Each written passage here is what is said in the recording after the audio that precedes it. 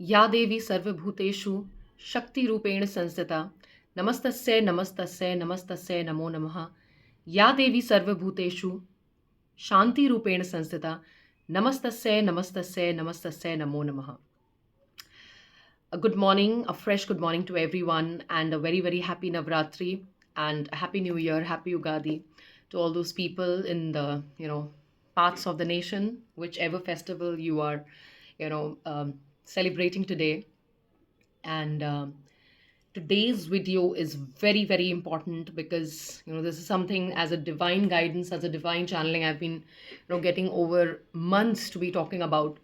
आज मैं जो बात करना चाहती हूँ वो कुछ ऐसा है जो सोसाइटी सुनना नहीं चाहती। सोसाइटी कहती है शर्म औरत का गहना होता है। अब गहना क्या होता है? गहना पहनते ही औरत कितनी खूबसूरत लगने लग जाती है, राइट?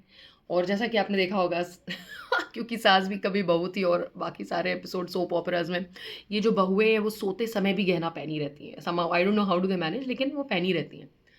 खैर, मैं जो गहना बात कर रही हूँ, मैं बोल रही हूँ गुस्सा औरत का गहना होता है, बिल्कुल।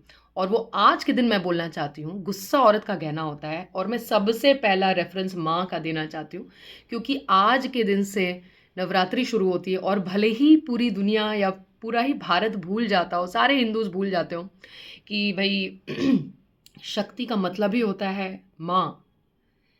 मैंने एक वीडियो देखा कुछ दिन पहले जिसमें कि एक बिल्ली के बच्चे को कोई परेशान कर रहा था। उस बिल्ली ने उसको ऐसा काटा वो बिल्ली शेरनी बन गई। और यही सच है, एक औरत कमज़ोर हो सकती है, सोसाइटी के दबावों के नीचे अपने आप को भूल जा सकती है, लेकिन उसके बच्चे को छू कर देखो, वो आपको समझाएगी। तो जो शक्ति है वो माँ है, और जो माँ है वो शक्ति है। क्षमा शोभती उस भुजंग को जिसके पास गरल हो, उसको क्या जो दंतहीन विषरहित विनीत सरल हो। आई थिंक ये मैंने दिनकर जी की कविता से ये लाइन आपको बताई है। इसका मतलब ये होता है कि माफ वही कर सकता है जिसके पास शक्ति हो। जो सर्प जिसके पास शक्ति हो, जो सांप जिसके पास शक्ति हो, जिसके पास जो वो भुजंग जिसके पास पॉइजन हो, वही माफ कर सकता है। अगर आपके पास शक्ति नहीं, आप माफ क्या करोगे? तो मैं ये बिल्कुल नहीं बोलना चाह रही हूँ कि आपको शर्म करके घर में बैठे रहना चाहिए और सबको माफ़ करना चाहिए। You should begin with your गुस्सा। गुस्सा करना क्यों इम्पॉर्टेंट है, ये मैं आज बात करना चाहती हूँ, खास करके स्त्रियों के लिए। लोग सोचते हैं कि गुस्सा का मतलब होता है बीपी हाई होना। मुझे मेरे बहुत क्लोजेस्ट रिलेटिव्स ने बोला है, मुझे बहुत क्लोजेस्ट मेरे बेस्ट फ्रेंड टाइप के लोगों ने बोला है, जो लोग मेरे को सोच रहे हैं कि बचपन से जानते हैं। हम लोग किसी को नहीं जानते फ्रैंकली। मैं पिछले 4-5 साल में इतनी बदल गई हूँ कि मैं अपने आप को नहीं जानती अब। तो उनको लगता है कि बड़ी शांत रहने वाली थी, अचानक से बोलने लगी, और इनको लगता है कि ये एक प्रॉब्लम है। जो शांत रहती थी वो प्रॉब्लम था, क्योंकि उस समय मैं झेल रही थी। और जब इंसान ठीक होने लगता है तो वो बोलने लगता है। इसका साइंटिफिक प्रूफ भी देना चाहूँगी मैं।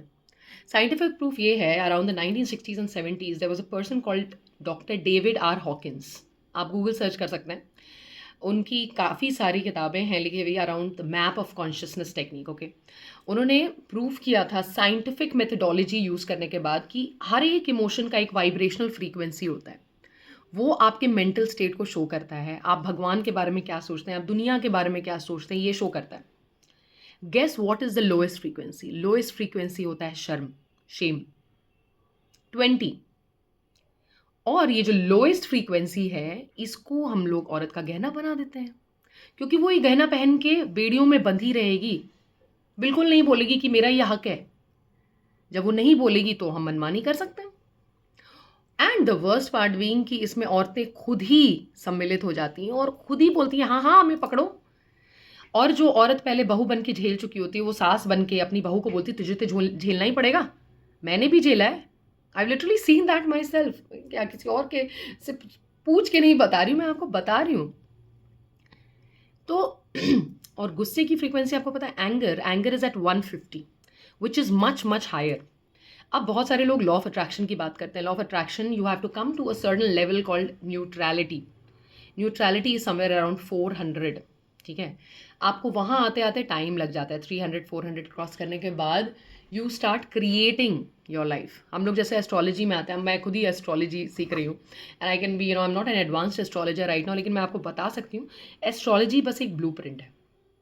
जब आप पैदा हुए थे, जो कर्म लेकर आप पैदा हुए थे, पास्ट लाइफ रिग्रेशन थेरेपिस्ट हूँ मैं, तो जब मैं जैसे मैं पैदा हुई, पिछले जन्म के कौन से कर्म मैं छोड़ कर आई थी जिसको इस जन्म में मुझे झेलना है, मुझे निभाना है, बैलेंस करना है। ये सबको बहुत गलत तरीके से दुनिया वालों ने प्रोजेक्ट किया हुआ है। आपको झेलना इसका मतलब ये नहीं कि आप अब झेलते ही रहेंगे, भैया मैंने तो गलती की तो अब मैं अगले 1000 साल तक बंध गई, नहीं। इंसान बार बार पैदा इसलिए होता है ताकि कर्म बैलेंस करे। मतलब जिस सोल को मैंने कष्ट दिया था, जिस सोल से मैं नफरत करती हूँ, मैं बार बार उसके सामने लाई जाऊंगी जब तक मैं उसको माफ़ न कर सकूं, जब तक मैं उसे माफ़ी न पा सकूं, जब तक मैं उसको भी प्यार न कर सकूं। क्योंकि ये सारे सोल एक ही जगह से आते हैं, भगवान। You are being taught to love every aspect of God. इसको बोलते हैं कार्मिक बैलेंस। और इस प्रोसेस में गुस्सा बहुत इंपॉर्टेंट है, क्योंकि गुस्सा एक हायर डिग्री है।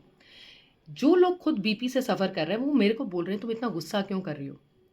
एक वुमेंस ग्रुप है, बहुत सारे लोग थे व्हाट्सएप ग्रुप पे। मैंने एक पॉडकास्ट डाला था जिसमें मैंने बताया था कि श्री राम ने माता सीता को एक बार फिर अग्नि परीक्षा देने के लिए कहा और उनको फिर से निकल जाने के लिए कहा and stuff like that. There are women who are questioning me, Shri Ram ने तो उनके लिए जाके इतना वो फाइट किया था, ये सब वो सब, और आप बोल रहे हो कि घर से निकाल दिया। इनको पता ही नहीं है, इनको रामायण ही नहीं पता। ये वही वाली बात होगी कि राम खत्म हो गए, पूछे सीता कौन है। तो रामायण क्या शिक्षा देता है? रामायण में श्री राम एक मर्यादा पुरुषोत्तम राम है। और आई एम श्योर कि काफ़ी लोग इसके बाद थोड़े स्टंड हो जाएंगे, थोड़े अनॉय भी हो जाएंगे। बट आप एक बार अंत के बारे में सोचना। अंत में सीता माता छोड़ के चली जाती हैं श्री राम को, वो श्री राम को छोड़ के जाती हैं। माँ लक्ष्मी विष्णु भगवान को नहीं छोड़ती हैं। श्री राम एक इनकारनेशन है, एक इंसान बन के पैदा हुए हैं। भगवान भी जब इंसान बनता है तो वो भी बेड़ियों में आ जाते हैं, उनको भी इंसानों की दुनिया के हिसाब से बिहेव करना पड़ता है। वो मर्यादा में आ गए, भगवान मर्यादा में नहीं आते। मर्यादा एक लिमिटेशन है। अब जो मेरे को सिलेबस में पढ़ाई नहीं किया वो मैं जानूँ कैसे, है ना। अब एआई मुझे नहीं पढ़ाएगा तो अब मैं पढ़ रही हूँ, लेकिन जब तक मुझे पढ़ाई नहीं गया तो मुझे क्या मालूम। तो वो वही वाली बात है, मर्यादा पुरुषोत्तम राम। उनको ये सिखाया गया था कि आप राजा हो, आपको प्रजा के बारे में सोचना है। ये नहीं सिखाया गया था कि आप मर्द हो, आपको अपनी बीवी के बारे में उतना ही ख्याल रखना है। ये सिलेबस में उनके नहीं था। ये हमें डिसाइड करना है कि आज डिवाइन मैस्कुलिन से हमें क्या चाहिए। हम क्यों नहीं जाकर शिव जी ने क्या किया या विष्णु भगवान ने क्या किया ये सोचते हैं, और हम क्यों नहीं देखते हैं कि फेमिनिन एनर्जी क्या कर रही है। अगर आपने देखा होगा तो देवी माँ, और सबसे पहले मैं ये गुस्से के साथ ये बात रिलेट करके आपको याद दिलाना चाहूँगी कि अगर गुस्सा गलत है तो माँ काली गलत है, क्या माँ दुर्गा गलत है? वो अवतार तब लेती हैं, वो उसमें अपने उस रूप में अवतरित तब होती हैं जब इनजस्टिस होता है। तो इनजस्टिस के सामने आपको मुंह बंद करके नहीं बैठना है, you have to speak up. और इतने बड़े बड़े राक्षसों को जिनको कि भगवान जब masculines, divine masculines could not handle, उनको एक दुर्गा स्वरूप बनाया गया जिसमें मैस्कुलिन फेमिनिन दोनों एनर्जीज मिलाई गई। By the way she has भगवान, सारे जो मेल गॉड्स हैं उन लोगों ने भी अपनी एनर्जी दुर्गा माता को दी थी, आदिशक्ति को दे के दुर्गा माँ बनाया था। तो प्लीज़ समझें कि ये क्या अवतार है। और वो जो गुस्से वाला अवतार है, शिव जी का भी एक गुस्से वाला रूप है। इनजस्टिस को डील करने के लिए गुस्सा करना ज़रूरी है। So the fact coming back to कि माँ काली, माँ दुर्गा, इन सब से हमें सीखने के लिए यही मिलता है कि गलत बात आपको नहीं चुपचाप से झेलना चाहिए, चुप्पी तोड़ो। Please get rid of that silence, you need to speak up. तो coming back to the fact कि गुस्सा क्यों इंपॉर्टेंट है और गुस्सा क्यों गहना है। और मैं ओपन माइंडेड औरत हूँ तो इसलिए मैं ये बोलूँगी कि वो गहना नहीं है जो आप तुलसी बहू बन के आप पूरी ज़िंदगी भर पहने रहें। ये वो गहना है जिसको जब ज़रूरत पड़े आप पहने और उसके बाद उसको उतार के रख दें। सो कमिंग बैक, मैं क्या बोलना चाहती हूँ कि the first thing that we need to realise, हम लोग इतनी नफरत करते हैं। I have seen this kind of bias in society and I face that bias myself because I happen to be feministic writer, speaker.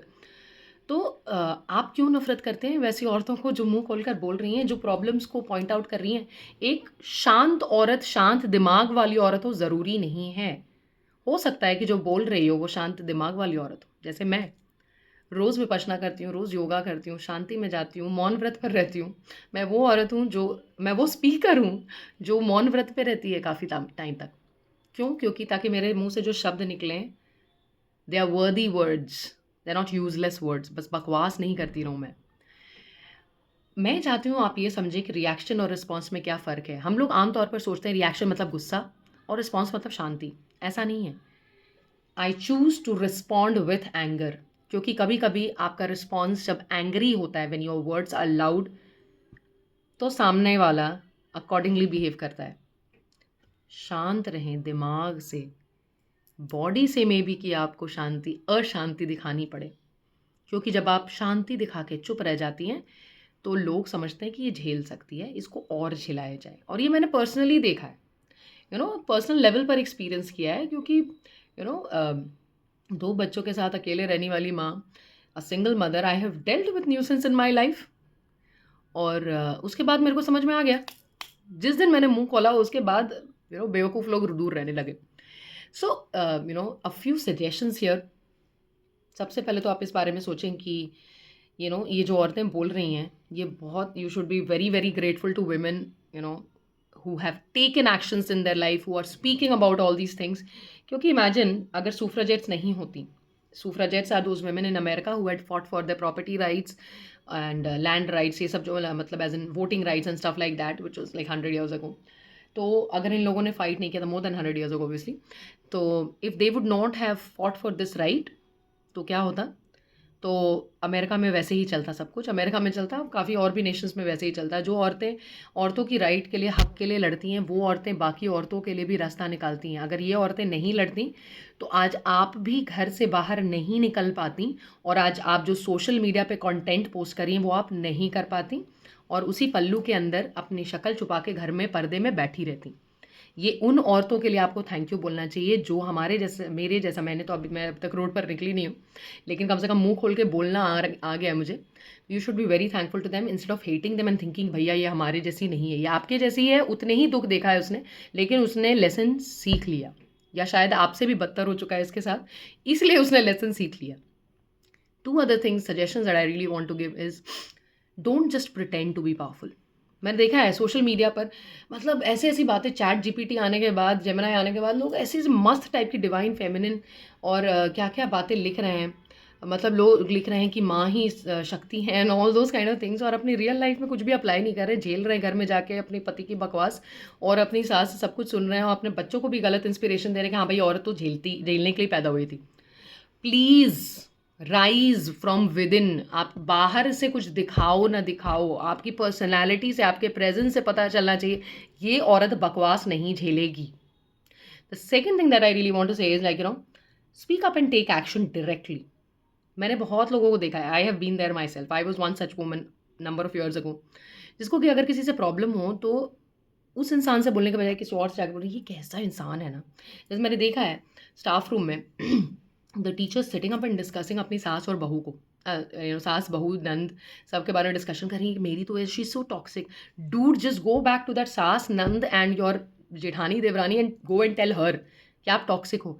मैंने bosses को सुना है, मैंने तो एक बॉस को जवाब भी दिया था, जो ऐसे ऐसे बॉसेस होते हैं जो काफ़ी बेहुदा किस्म के कमेंट्स करते हैं, और फिर आके वो लोग शेयर कर रही हैं स्टाफ रूम में। Come on speak up. मुझे मालूम है ये बहुत मुश्किल है, मेरे लिए भी मुश्किल था। एक ऐसे बॉस को मैंने जवाब दिया, और उसके बाद एक वीक के बाद मेरे पास शो कॉज नोटिस आ गया। एक्सेलेंट काम कर रही थी मैं, I should have been in his position, but show cause notice आ गया कि आपका काम ढंग से नहीं चल रहा है। कुछ ही महीने बाद मैंने जब रेजिग्नेशन दिया, the same boss was requesting me to stay back in the same school.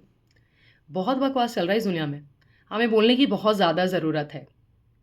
तो किसी और को जाके ये बात मत बताएं कि ये ऐसा कर रहा है वो वैसे कर रहा है, उसको मुंह पर बोलो। आप थोड़े से शुरू करो जवाब देना, see the world will change.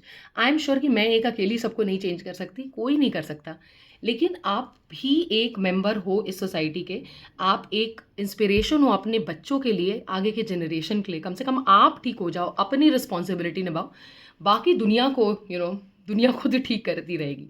B that positive inspiration for your kids, for your students, for whoever is looking at you. तो ये है मेरा संदेश। आज नवरात्रि शुरुआत हो रही है इसके लिए, क्योंकि शक्ति ही औरत है और औरत ही शक्ति है। नमस्ते।